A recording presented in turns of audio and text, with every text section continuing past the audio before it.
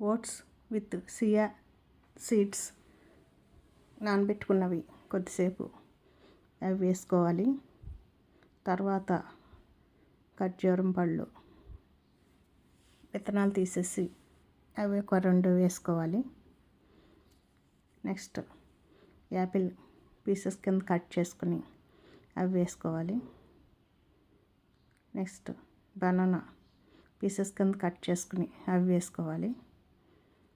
Milk half glass milk వేసుకుని మెత్తగా blend చేసుకోవాలి.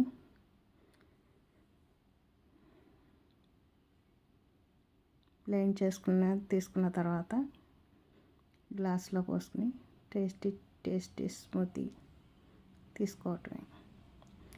It is very healthy. Thank you for watching.